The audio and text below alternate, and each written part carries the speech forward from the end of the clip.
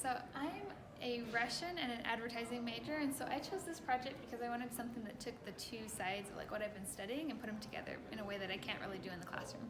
So I talked about memes, which isn't necessarily something that's really academic at first thought, but in memes, people are willing to say things that they wouldn't say otherwise. And so especially in like Russian culture and stuff, we were able to see, when I looked at these memes, I saw some comparisons that I could make between Americans and Russians that I couldn't make otherwise, and people understanding the way the world works in ways that like they maybe didn't want to just say and straight out, and so instead we find them in memes. And so I started this project by finding some trends in English humor that I used those trends that I'd found, and I saw if I could see the same things in Russian humor. And so I started with pastiche, pessimism, and absurdism. Those were my main three trends that I looked at. And so pastiche is pretty much defined as an imitation. And so in memes we see that when like you start with one, and then maybe there's 7, and then maybe there's 7,000, where everyone kind of takes the same original meme idea and they personalize it and they make their own version of it. And so in Russian we see that with this Elon Musk meme family, so to speak, where people have taken pictures of like their life hacks that they've come up with, and then they almost are threatening or challenging Elon Musk. They're like, look, this is almost as good as the Tesla. What are you going to do about it? I taped my broom to my windshield wipers to get the snow off my car. What are you going to do, Elon Musk? And so that's been kind of fun to see like the different ways that people use that, and it's all very personal, and they're all very personal pictures of it, their own inventions, and it has a very Russian culture like connection, even though it's this pastiche is something we see in English and Russian memes.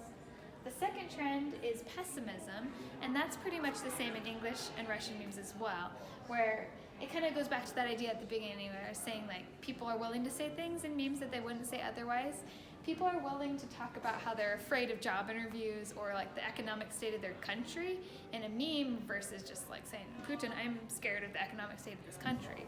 And so in this meme, they have the exact same wording where it says, tell us about yourself. Oh yeah, I'd rather not. I think I want this job more than I want to say something about myself. And it kind of speaks to that inner fear that we all have, like maybe I'm not good enough to get this job on my own, or maybe I'm not gonna, like I need the money more than I need to like be myself. And then this last section is about absurdism, which is something that's really connected to humor in general. Absurdism, or just like juxtaposition of ideas, is kind of one of the main elements of humor. But English speakers and Russian speakers, especially on the internet, use it in different ways.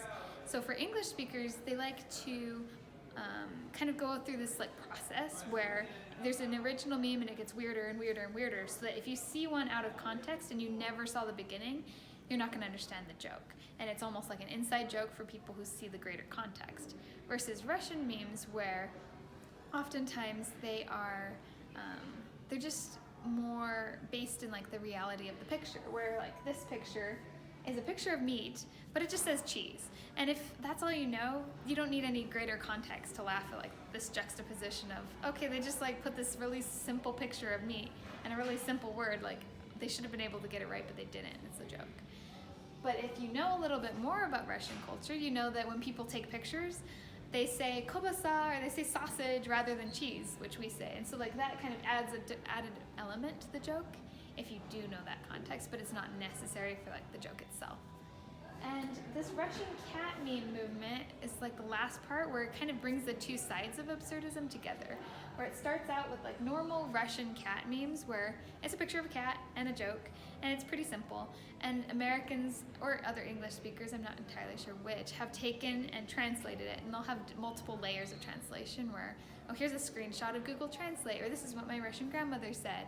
And it's funny for English speakers because there's this greater gap between seeing the picture and getting the punchline of the joke. And so it's kind of fun for them because it takes longer to understand.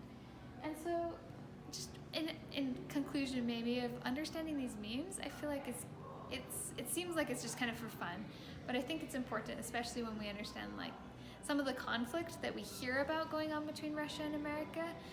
I think if you listen to the news, sometimes it seems like we're worlds apart in all the ways that we think about things. But if you look at Russian memes, or if you just talk to a Russian person, you'll understand we laugh at the same things, we all love cat memes, we all like just jokes.